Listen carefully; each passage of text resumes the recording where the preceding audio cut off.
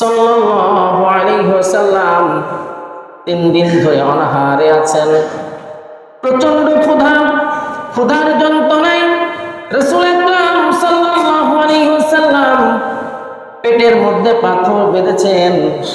রাসূলুল্লাহ সাল্লাল্লাহু আলাইহি ওয়াসাল্লাম খেয়াল করে দেখলেন, লক্ষ্য করে দেখলেন, আজ কয়েকদিন হয়ে গেল তার কলিজার টুকরা সন্তান হযরতে ফাতেমা জাহরা রাদিয়াল্লাহু তাআলা আনহা আজ কয়েকদিন হয়ে গেল সে আসে নাই।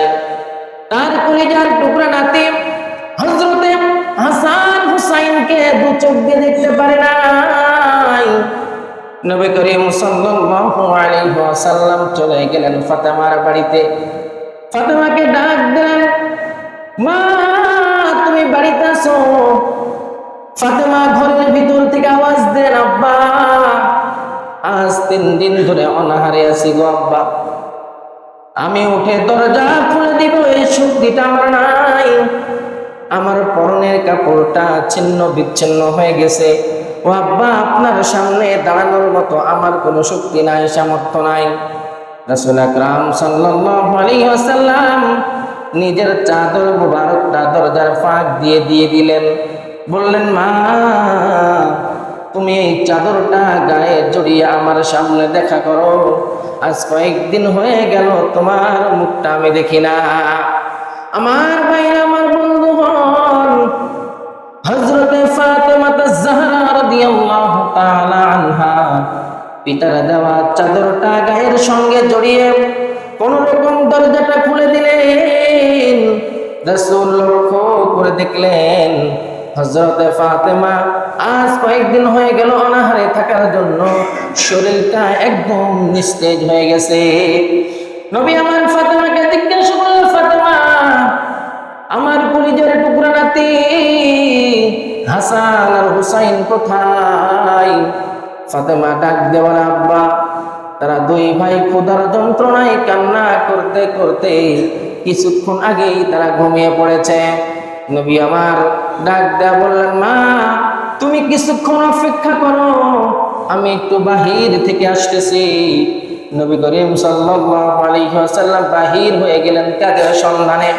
রাসূলুল্লাহ সাল্লাল্লাহু আলাইহি ওয়াসাল্লাম মরুভূমির নির্জন পথে ঘুরতেছেন কাদের সন্ধানে। ঘুরতে ঘুরতে একটা খেজুর বাগানের সন্ধান পেলেন। দেখলেন সেই খেজুর বাগানের মধ্যে এক ইহুদি খেজুর বাগানে পানি দিতেছে। নবী করিম সাল্লাল্লাহু আলাইহি ওয়াসাল্লাম গিয়ে জিজ্ঞাসা করলেন, ও ভাই তোমার কি কোনো লেবার লাগবে? তোমার কি কোনো কর্মচারী লাগবে খেজুর বাগানে পানি দেওয়ার জন্য? ইহুদি ডাক দিয়ে বলে, হ্যাঁ আমার খেজুর বাগানে পানি দেওয়ার জন্য একজন কর্মচারী দরকার। রাসূলুল্লাহ সাল্লাল্লাহু আলাইহি ওয়াসাল্লাম বললেন, আমি তোমার খেজুর বাগানে পানি দিয়ে দিব, তার বিনিময়ে তুমি আমাকে কি দিবা? ইহুদি ডাক দিয়া বলে, আপনি যদি আমার খেজুর বাগানে পানি দেন তাহলে প্রত্যেক বালতির বিনিময়ে একটা করে খেজুর পাবেন।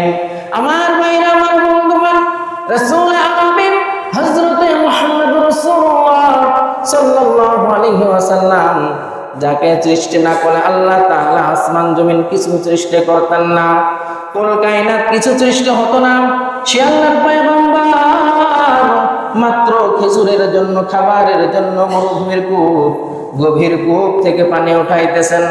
রাসূল আমার 9 বালতি পানি উঠিয়েছেন। 9 বালতি পানি উঠানোর পর 10ম বালতিটা যখন কূপের মধ্যে ফেলছেন, দৌড়ে ছেড়ে বালতিটা কূপের মধ্যে পড়ে গেছে। এই পড়ে যাওয়ার আওয়াজ যখন ইহুদির কানে আসলো, ইহুদি দৌড়ে বেরিয়ে এসে দেখে বালতি কূপের মধ্যে পড়ে গেছে। ইহুদি রাসূল আকরাম সাল্লাল্লাহু আলাইহি ওয়াসাল্লামের সাথে চিল্লাচিল্লি শুরু করছে, কি ব্যাপার, আপনি কেন বালতি কূপের মধ্যে ফেলে দিলেন? রাসূল আকরাম সাল্লাল্লাহু আলাইহি ওয়াসাল্লাম বলতেছে, ভাই ইহুদি আমি তো ইচ্ছা করে ফেলি নাই, দড়ি ছিঁড়ে বালতিটা পড়ে গেছে। ইহুদি কোনো কথা না বলে রাসূল আকরাম সাল্লাল্লাহু আলাইহি ওয়াসাল্লামের চেহারা মুবারকের উপরে একটা চড় লাগিয়ে দিলেন। আহারে, যে রাসূলের চেহারার উপরে, যে রাসূলের শরীরের উপরে মশা মাছি পর্যন্ত বসা আল্লাহ তাআলা হারাম করে দিয়েছিলেন। সে রাসূলের চেহারা মুবারকের উপর চড় মেরে দিলেন। আমার ভাইরা, আমার বন্ধুগণ, রাসূলুল্লাহ সাল্লাল্লাহু আলাইহি ওয়াসাল্লাম যখন মরুভূমির উত্তপ্ত বালুর মধ্য দিয়ে হাঁটতেন, যখন সূর্যটা প্রচন্ড তাপ দিত, সেই সময় মেঘমালা এসে আমার রাসূল আকরাম সাল্লাল্লাহু আলাইহি ওয়াসাল্লামকে ছায়া দিতেন। সেই রহমতের নবীর চেহারা মুবারকের উপর যখন ইয়াহুদের চড় মেরে দিল, কেমন দয়ার নবী, কেমন রহমতের নবী, কেমন মায়ার নবী, একটু খেয়াল করে দেখেন। এই রহমতের নবী নিজের ব্যথায় ব্যথিত না হইয়া ইয়াহুদের হাতটা ধরে বলতেছে, ভাই তুমি যে আমাকে মেরেছো, না জানি তোমার হাতে তুমি কত ব্যথা পেয়েছো। আল্লাহ, কেমন রহমতের নবী, কেমন দয়ার নবী, কেমন রহমত আর কেমন দয়া থাকলে এই কথা বলতে পারে। আল্লাহ রাসূল ডাক দিয়া বলে, ভাই আমি তো তোমার বাগানে 9 বালতি পানি দিয়েছি, তার বিনিময়ে তুমি আমাকে 9টা খেজুর দান করো। ইয়াহুদি 9টা খেজুর রাসূলকে দিয়ে দিলেন। রাসূল আরবি সাল্লাল্লাহু আলাইহি ওয়াসাল্লাম এই 9টা খেজুর নিয়ে ফাতেমার বাড়িতে চলে গেলেন। ফাতেমাকে ডাক দিয়ে বলে, মা এই তো খেজুর এনেছি গো মা, তুমি খাও। হাসান হুসাইনকে ঘুম থেকে ডাকো, তাদেরকে খাওয়াও। হাসান আর হুসাইন ঘুম থেকে উঠে খেজুর খাইতেছে আর বলতেছে, মা আমি তো তোমাকে আগেই বলেছিলাম আমার নানার কাছে আমাদেরকে নিয়ে যাও, যদি আমাদেরকে আরো আগে নিয়ে যাইতা তাহলে এইরকম ক্ষুধার যন্ত্রণা আমাদেরকে সহ্য করা লাগতো না। আমার ভাইরা, আমার বন্ধুগণ, হযরত মুহাম্মদ রাসূলুল্লাহ সাল্লাল্লাহু আলাইহি ওয়াসাল্লাম ফাতেমাকে ডাক দিয়ে বলে, ফাতেমা তুমিও খেজুর খাও।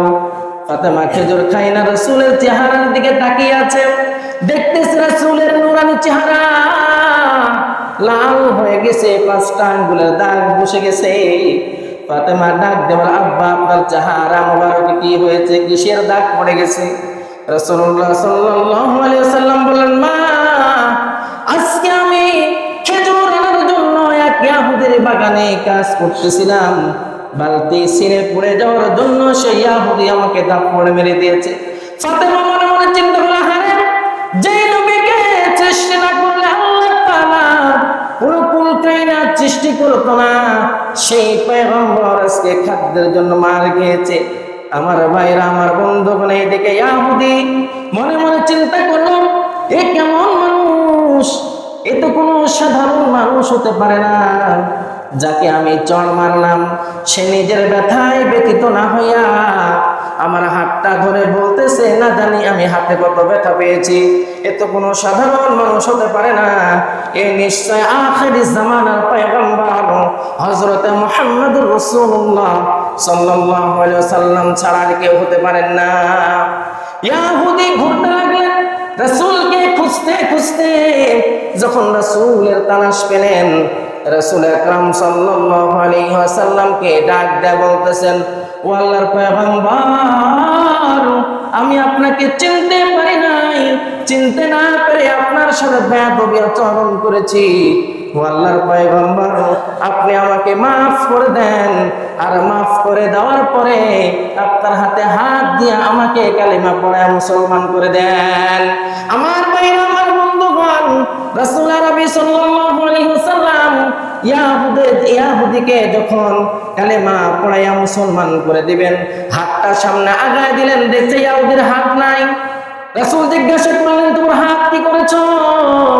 ইয়াহুদি ডাক দেয়া বলল, ও আল্লাহর পয়গম্বর, যে হাত দিয়ে আমি আপনার শরীরে আঘাত করেছি, সে হাতটা আমার শরীরে রাখি নাই, আমার শরীর থেকে পৃথক করে কেটে ফেলে দিয়েছি। রাসূল আকরাম সাল্লাল্লাহু আলাইহি ওয়াসাল্লাম বললেন, তোমার কাটা হাতটা আমার দিকে আগায় দাও।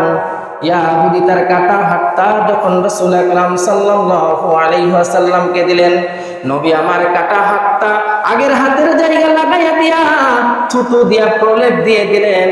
ইহুদি বলে আমার হাতে আগে যেই রকম শক্তি ছিল, রাসূলুল্লাহ সাল্লাল্লাহু আলাইহি ওয়াসাল্লাম আমার কাটা হাতটা লাগিয়ে দেওয়ার পরে তার চাইতে দ্বিগুণ শক্তি বেড়ে গেছে। আল্লাহু আকবার। রাহমাতুল লিল আলামিন নবী, রাহমাতুল লিল আলামিন নবী, কোরআনে প্রমাণ, উম্মত বিনে কে বুঝিবে আমার দয়ার নবীর মান, উম্মত বিনে কে বুঝিবে আমার দয়ার নবীর শান। নবী আমার মদিনারই বুলবুল, আমার আল্লাহ ভালোবেসে নামটি দিলেন মুহাম্মদ রাসূল। ওই নবীকে ভুল বুঝিলে, ওই নবীকে ভুল বুঝিলে থাকবে না ঈমান, উম্মত বিনে কে বুঝিবে আমার দয়ার নবীর মান, উম্মত বিনে কে বুঝিবে আমার দয়ার নবীর শান। আমার ভাইরা, আমার বন্ধু, কিরকম রহমতের নবী আমরা পেয়েছিলাম। আল্লাহ তাআলা মানব জাতির হিদায়াতের জন্য হযরত আদম আলাইহিস সালাতু ওয়াস সালাম থেকে শুরু করে হযরত ঈসা আলাইহিস সালাতু ওয়াস সালাম পর্যন্ত 1 লাখ মতান্তরে 2,24,000 পয়গম্বরে পৃথিবীতে প্রেরণ করেছেন। এই নবী রাসূলকে বিভিন্ন সময়ে বিভিন্ন এলাকায় প্রেরণ করেছেন, তাদেরকে আসমানি কিতাব দিয়েছেন। এক নবী রাসূলগণ একটা নির্দিষ্ট সময় পর্যন্ত তাদের দায়িত্ব আঞ্জাম দিয়ে পৃথিবী থেকে বিদায় নিয়ে চলে গেছেন। তাদের উপর নাযিলকৃত আসমানি কিতাব আল্লাহ তাআলা তুলে নিয়েছেন। নবীগণ নাই, তাদের কিতাব নাই, তাদের শরীয়ত নাই। সর্বশেষ নবী হযরতে মুহাম্মদ রাসূলুল্লাহ সাল্লাল্লাহু আলাইহি ওয়াসাল্লাম আগমন করেছেন।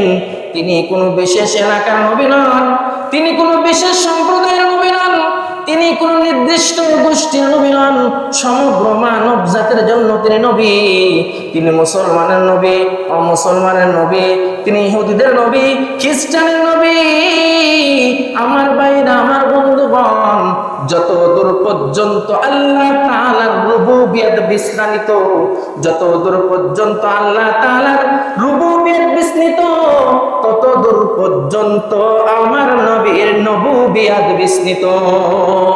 যতদূর পর্যন্ত বলতেন আরশ, কুরসি, লৌহে কালাম, সপ্তম আসমান থেকে শুরু করে যতদূর পর্যন্ত আমার রবের রুবুবিয়ত বিস্তারিত রয়েছে, ততদূর পর্যন্ত আমাদের নবী মুহাম্মদ রাসূলুল্লাহ সাল্লাল্লাহু আলাইহি ওয়াসাল্লামের নবুবিয়ত বিস্তৃত রয়েছে। আল্লাহু আকবার। আমার ভাইরা, আমার বন্ধুগণ, আল্লাহ তাআলা বলেন ওয়া মা আরসালনাকা ইল্লা কাফাতান লিন-নাসি বাশীরাও ওয়া নাযীরা। আমি আপনাকে সমগ্র মানবের জন্য সুসংবাদদাতা, ভীতি প্রদর্শনকারী রূপে প্রেরণ করেছি। সুতরাং যে ব্যক্তি দাবি করবে সে মানুষ, সে যে জাতের হোক, যে রঙের হোক, যে এলাকার হোক, যে ধর্মের হোক, যে ভাষার হোক, সে জমিনে থাক আর আসমানে থাক, যেখানেই থাকুক না কেন, মুহাম্মদ সাল্লাল্লাহু আলাইহি ওয়াসাল্লাম প্রত্যেকের নবী। চাই সে সেটা মানুক আর চাই সেটা না মানুক। আল্লাহ তাআলা আবার বলেন কুল ইয়া আইয়ুহান নাসু ইন্নী রাসূলুল্লাহি ইলাইকুম জামিআ। আল্লাহ তাআলা বলেন, ও নবী গো, আপনি বলে দেন, হে লোক সকল, আমি তোমাদের সকলের নিকট রাসূল হিসেবে প্রেরণ হয়েছি। পৃথিবীর কোন মানুষ যেন পরকালে কথা বলতে না পারে। আমাদের কাছে কোনো সুসংবাদদাতা আসেনি, কোনো সতর্ককারী আসেনি, কোনো ভীতি প্রদর্শনকারী আসেনি। আমাদেরকে আল্লাহর কথা বলবে, এক আল্লাহর দাওয়াত দিবে, এইরকম কেউ কেউ আসেনি যাতে এই রকম কথা বলতে না পারে, সেজন্য আল্লাহ তাআলা মুহাম্মদ সাল্লাল্লাহু আলাইহি ওয়াসাল্লামকে এ ধরায় প্রেরণ করে তাদের অজুহাত চিরতরে খতম করে দিয়েছেন। আল্লাহ তাআলা বলেন, ইয়া আহলাল কিতাবি ক্বাদ জাআকুম রাসূলুনা ইউবাইয়িনু লাকুম আলা ফাতরাতিন মিনার রুসুলি আন তাকুলু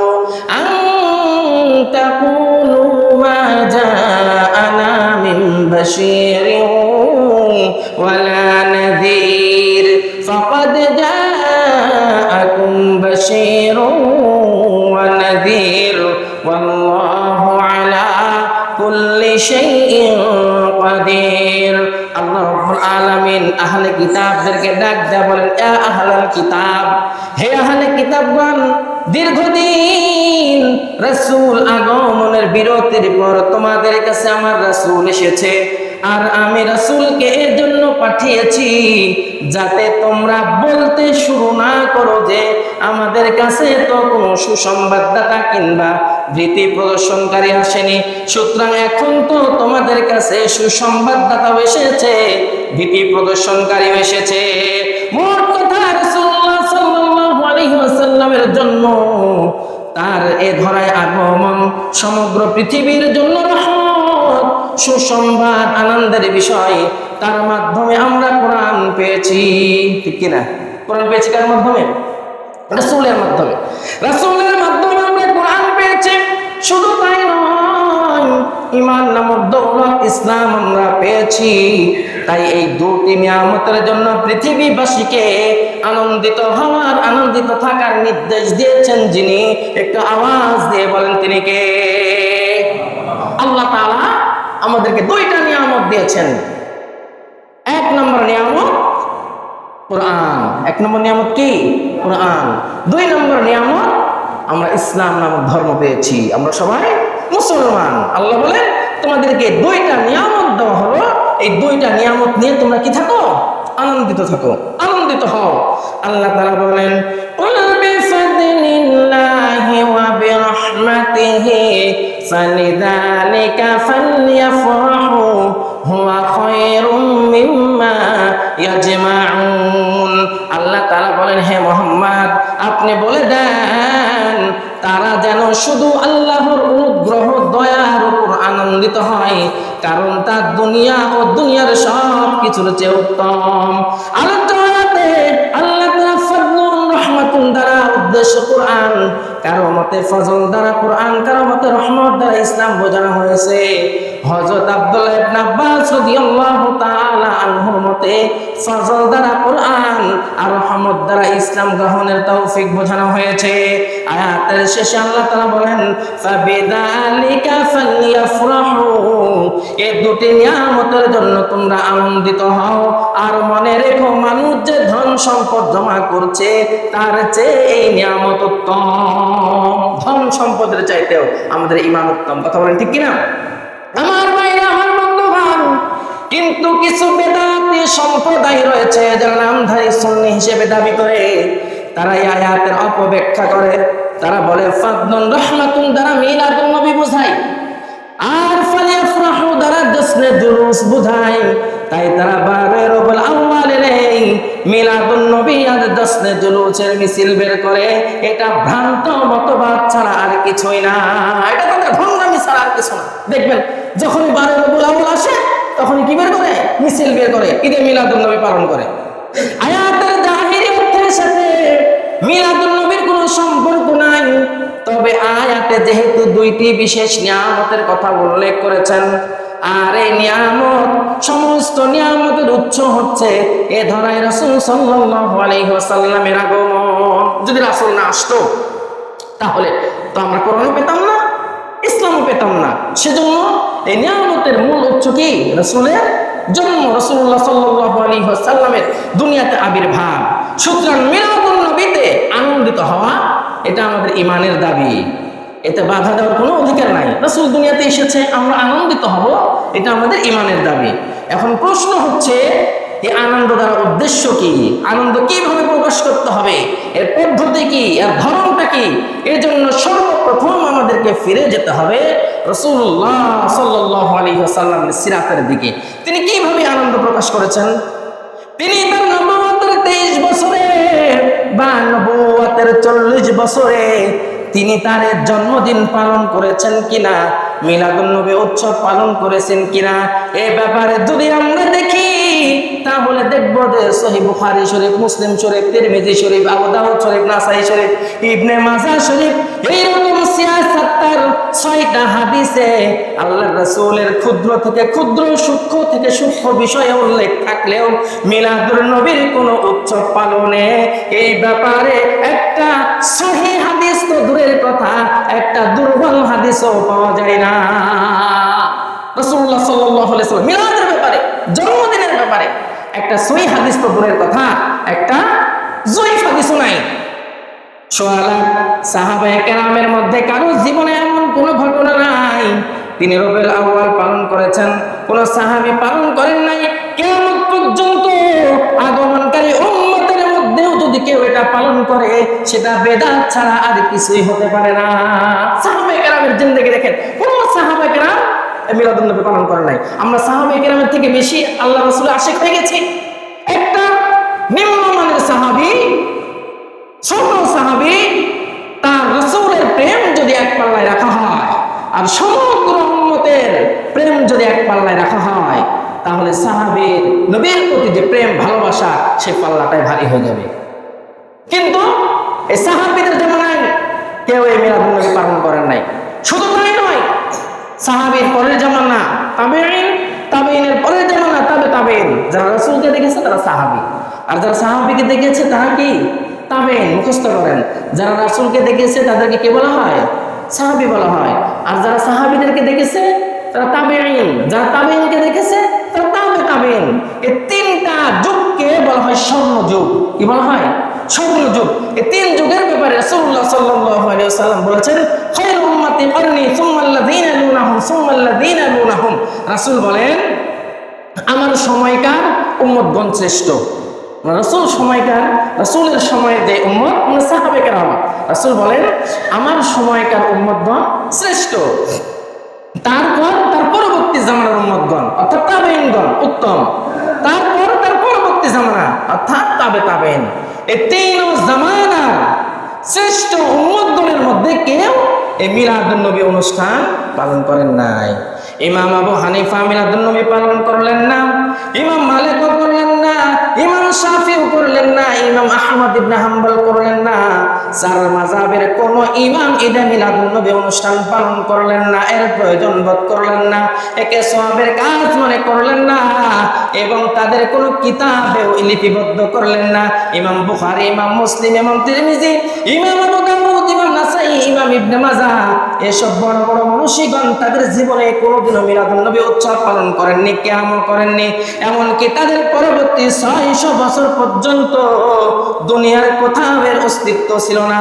তাহলে বোঝা যায় নবীর জন্মে তারা শুভ আগমনে আনন্দিত হওয়া দ্বারা তাদের উদ্দেশ্য জশ্নে জুলুসের মিছিল আর হাজার হাজার গরু ছাগল জবাই করে সিন্নি খাওয়া ছাড়া আর কিছুই না। এগুলো করে কিছু নামধারী বেদাতি অভ্যস্ত গুমরাহের মধ্যে তারা রয়েছে, এগুলো বেদাতিরা এগুলো করে।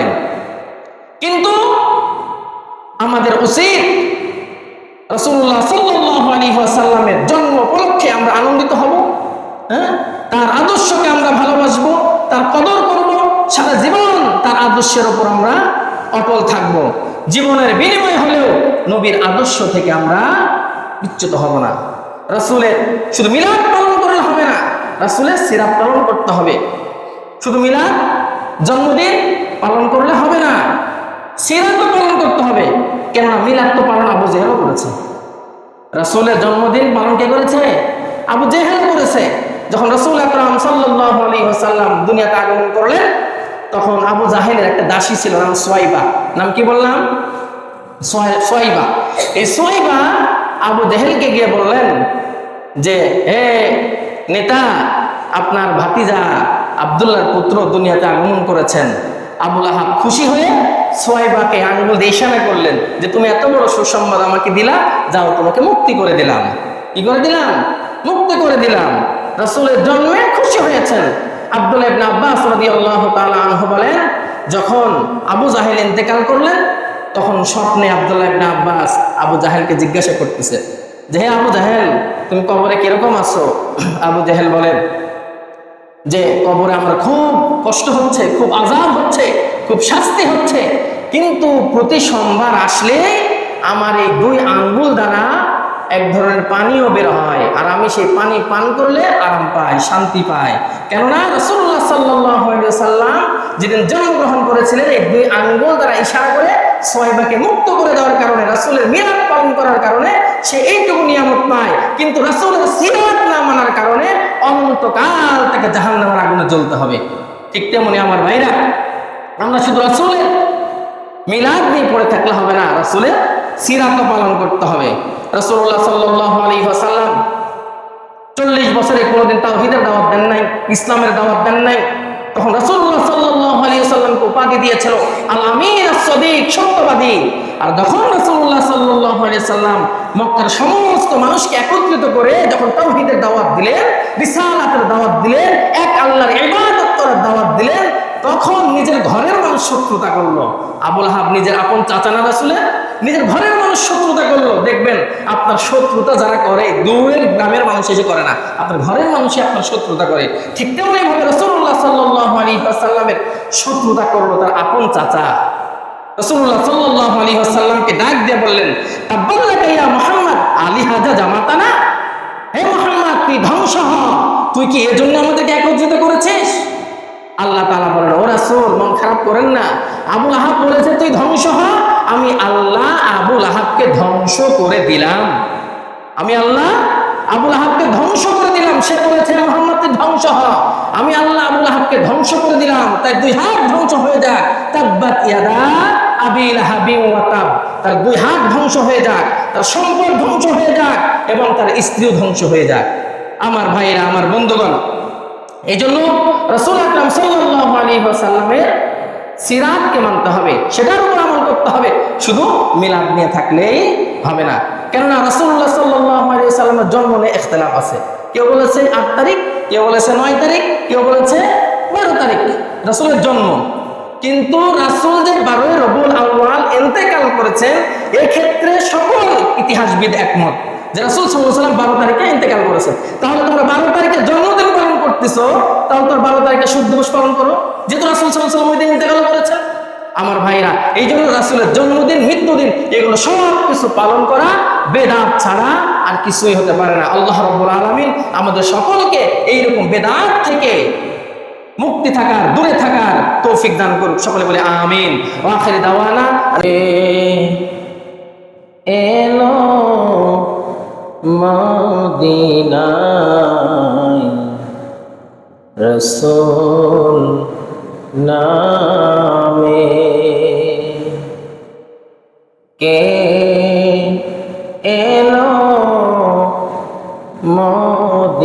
মদিনায় রাসূল নামে। ওরে আকাশের ওই চন্দ্র কেড়ে, ওরে আকাশের ওই চন্দ্র কেড়ে, ওকে আনলো দুনিয়ায় রাসূল নামে, কে এলো মদিনায় রাসূল নামে। গলেতে তসবির মালা, কে চলে ওই কামলিওয়ালা রে, গলেতে তসবির মালা, কে চলে ওই কামলিওয়ালা রে। ওরে আমার বুকের দরগা তলায়। ওরে আমার বুকের দরগা তলায় তারে ডেকে নিয়ে আয় রসূল নামে। কে এলো মদিনায় রসূল নামে। ওরে আকাশের চন্দ্র কেড়ে, ওরে আকাশের চন্দ্র কেড়ে ওকে আনলো দুনিয়ায় রসূল নামে। কে এলো মদিনায় রসূল নামে। আলহামদুলিল্লাহ, সমস্ত তারিফ, সমস্ত প্রশংসা সে মহান আল্লাহ রাব্বুল আলামিনের জন্য, যে মহান আজকের এই মাসে কারো কারো মতে ৮ তারিখ, কারো মতে ৯ তারিখ, কারো মতে ১২ তারিখ, সোমবার সুবহে সাদিকের সময় এ ধরার বুক উজ্জ্বল করে এই দুনিয়ার জমিনে তশরিফ এনেছিলেন খাতামুন নবিয়্যিন, সাইয়্যিদুল মুরসালিন, রাহমাতুল লিল আলামিন, তাজদারে মদিনা, মুহাম্মদে মুস্তাফা সরকারে দো আলম নবী হযরত মুহাম্মদুর রাসূলুল্লাহ সাল্লাল্লাহু আলাইহি ওয়াসাল্লাম। সম্মানিত হাজিরিন, আজকের আলোচ্য বিষয় হচ্ছে রাসূলুল্লাহ সাল্লাল্লাহু আলাইহি ওয়াসাল্লামের মিলাদ সম্পর্কে, জন্মদিন সম্পর্কে। উক্ত বিষয়কে সামনে রেখে সংক্ষিপ্ত পরিসরে কিছু কথা আলোকপাত করার চেষ্টা করব ইনশাআল্লাহ তাআলা। আলাইহি তাওয়াক্কালতু ওয়া ইলাইহি উনীব। সকলে বলি আমিন। সম্মানিত হাজিরিন, হযরত মুহাম্মদ রাসূলুল্লাহ সাল্লাল্লাহু আলাইহি ওয়াসাল্লামের আগমনে গোটা সৃষ্টিকুলের জন্য ছিল রহমত স্বরূপ। তিনি এই মানবের জন্য রহমত, দানবের জন্য রহমত, আরবের জন্য রহমত, আজবের জন্য রহমত, সাগরের জন্য রহমত, পাহাড়ের জন্য রহমত, পশু পাখি সব কিছুর জন্য তিনি ছিলেন কি? রহমত, রহমতের নবী, রহমতের ভান্ডার। আল্লাহ তাআলা পবিত্র কুরআনুল কারীমের মধ্যে বলেন, ওয়ামা আরসালনাকা ইল্লা রাহমাতাল লিল আলামিন। আল্লাহ তাআলা বলেন, হে মুহাম্মদ, আমি আপনাকে সমগ্র বিশ্ব জগতের জন্য রহমত স্বরূপ প্রেরণ করেছি। আল্লাহ রাব্বুল আলামিন রাসূলকে বলেন, ও নবী, আমি আপনাকে সমগ্র বিশ্ব জগতের জন্য রহমত করে প্রেরণ করেছি। তাই তো কবি বলেন, শুধু অযোদাস রহমাতাল লিল আলামিন, মসজিদে ও শুধু হামারো ইয়া জমিন। কবি বলেন, তার অস্তিত্বই হলো জগৎবাসীর জন্য করুণা। যদি তার অস্তিত্ব না থাকতো, যদি মুহাম্মদ সাল্লাল্লাহু আলাইহি ওয়াসাল্লামকে সৃষ্টি করা না হতো, তাহলে আল্লাহ তাআলা এই জগতের কোনো অস্তিত্ব সৃষ্টি করতেন না। যদি তিনাকে সৃষ্টি করা না হতো, আসমান আল্লাহ সৃষ্টি করতেন না, জমিন সৃষ্টি করতেন না, চন্দ্র সূর্য গ্রহ নক্ষত্র কিছুই সৃষ্টি করতেন না। আল্লাহ তাআলা সমস্ত কিছু সৃষ্টি করেছেন যার উসিলায় তিনি হলেন আখিরি জামানার পয়গম্বর হযরত মুহাম্মদুর রাসূলুল্লাহ সাল্লাল্লাহু আলাইহি ওয়াসাল্লাম। আমার ভাইরা, আমার বন্ধুগণ, তারপরে কবি বলেন মসজিদে ও শুধু হামারো ইয়ে জমিন, তাই গোটা পৃথিবীকে তার জন্য মসজিদ বানিয়ে দেওয়া হয়েছে। মসজিদ যেমন বরকতের জায়গা, রাসূলুল্লাহ সাল্লাল্লাহু আলাইহি ওয়াসাল্লামের বরকতে আল্লাহ রাব্বুল আলামিন এই গোটা পৃথিবীর জমিনটাকে মসজিদ বানিয়ে দিয়েছে। মানুষ চাইলে যেখানে চাইলে সেখানে সিজদা করতে পারে, যেখানে চাইলে যেখানে মন চায় সেখানে নামাজ আদায় করতে পারে, কেননা তিনি পৃথিবীর জন্য আর পৃথিবী তার জন্য। আমার ভাইরা, আমার বন্ধুগণ,